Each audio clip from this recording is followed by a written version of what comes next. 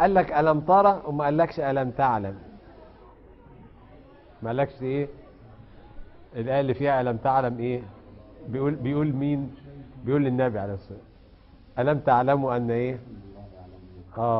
يعني ألم تعلموا من قبل أن الله يعلم ما في السماوات.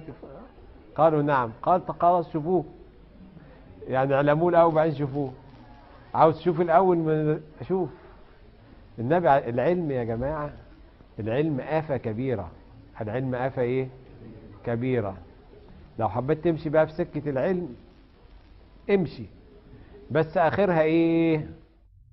الجحيم بنص الآية.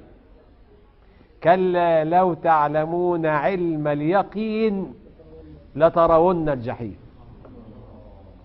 بعد كده عاوز تتعلم علم اليقين اتعلم يا حبيبي. لا، انت محدودية الحواس دي نعمة. انت لو حواسك كده متسعة وبتشوف كل حاجة وبتعرف كل حاجة وبتتعلم كل حاجة، ما كنتش لا عرفت تاكل ولا تشرب ولا، وكنت بتشوف الجرثومات والميكروبات والفيروسات لا كنت عرفت تاكل ولا تشرب ولا تعمل ولا، كنت عشت في جحيم.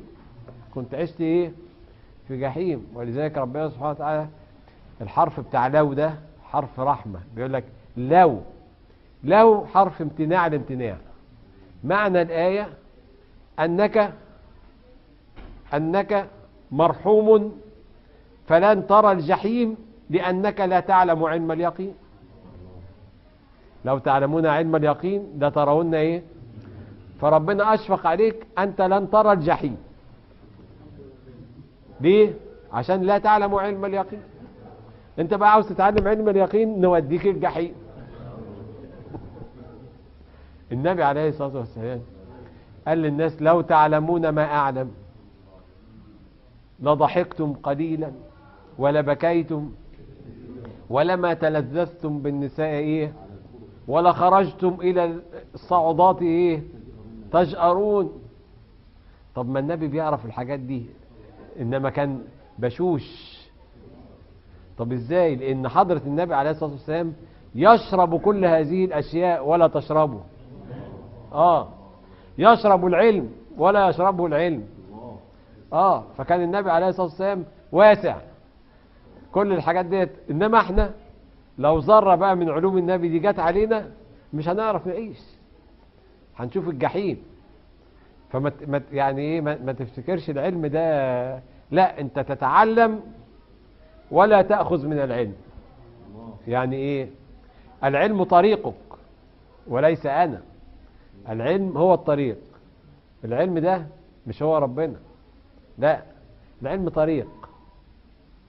وانت بتتعلم خلي بالك انك وانت ماشي في طريق العلم كل ما تتعلم تعرف ان اللي انت تجهله اكثر مما تعلمه، يبقى انت ماشي صح.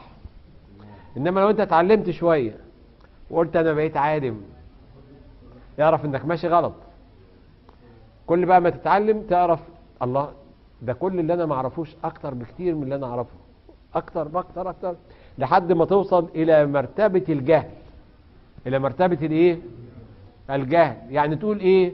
انا جاهل. تقول ايه؟ تتجنن بقى.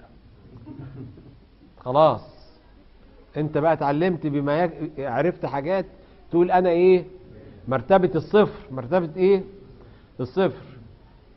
وتسمع بقى قوله تعالى والله يعلم وانتم لا تعلمون. تقول يا سلام، انا كده بقى حققت الآية. حققت ايه؟ حققت. انا صفر، انا جاهل. يروح ربنا سبحانه وتعالى بقى دي اول درجات المشاهدة، انك تبقى صفر. يروح ربنا بقى معلمك علم ليس ضده الايه؟ الجهل. انما العلم اللي فات ده كله ضده ايه؟ الجهل. كل العلم اللي فات ضده الجهل لحد ما تبقى ايه؟ جاهل. لما تبقى جاهل هتتعلم علم ليس ضده الجهل. المشاهدة أسهل بكثير من العلم. سهلة جدا. سهل جدا ان تشاهد الله، صعب جدا بقى انك تتعلم الله ده ايه لا. ماشي كده.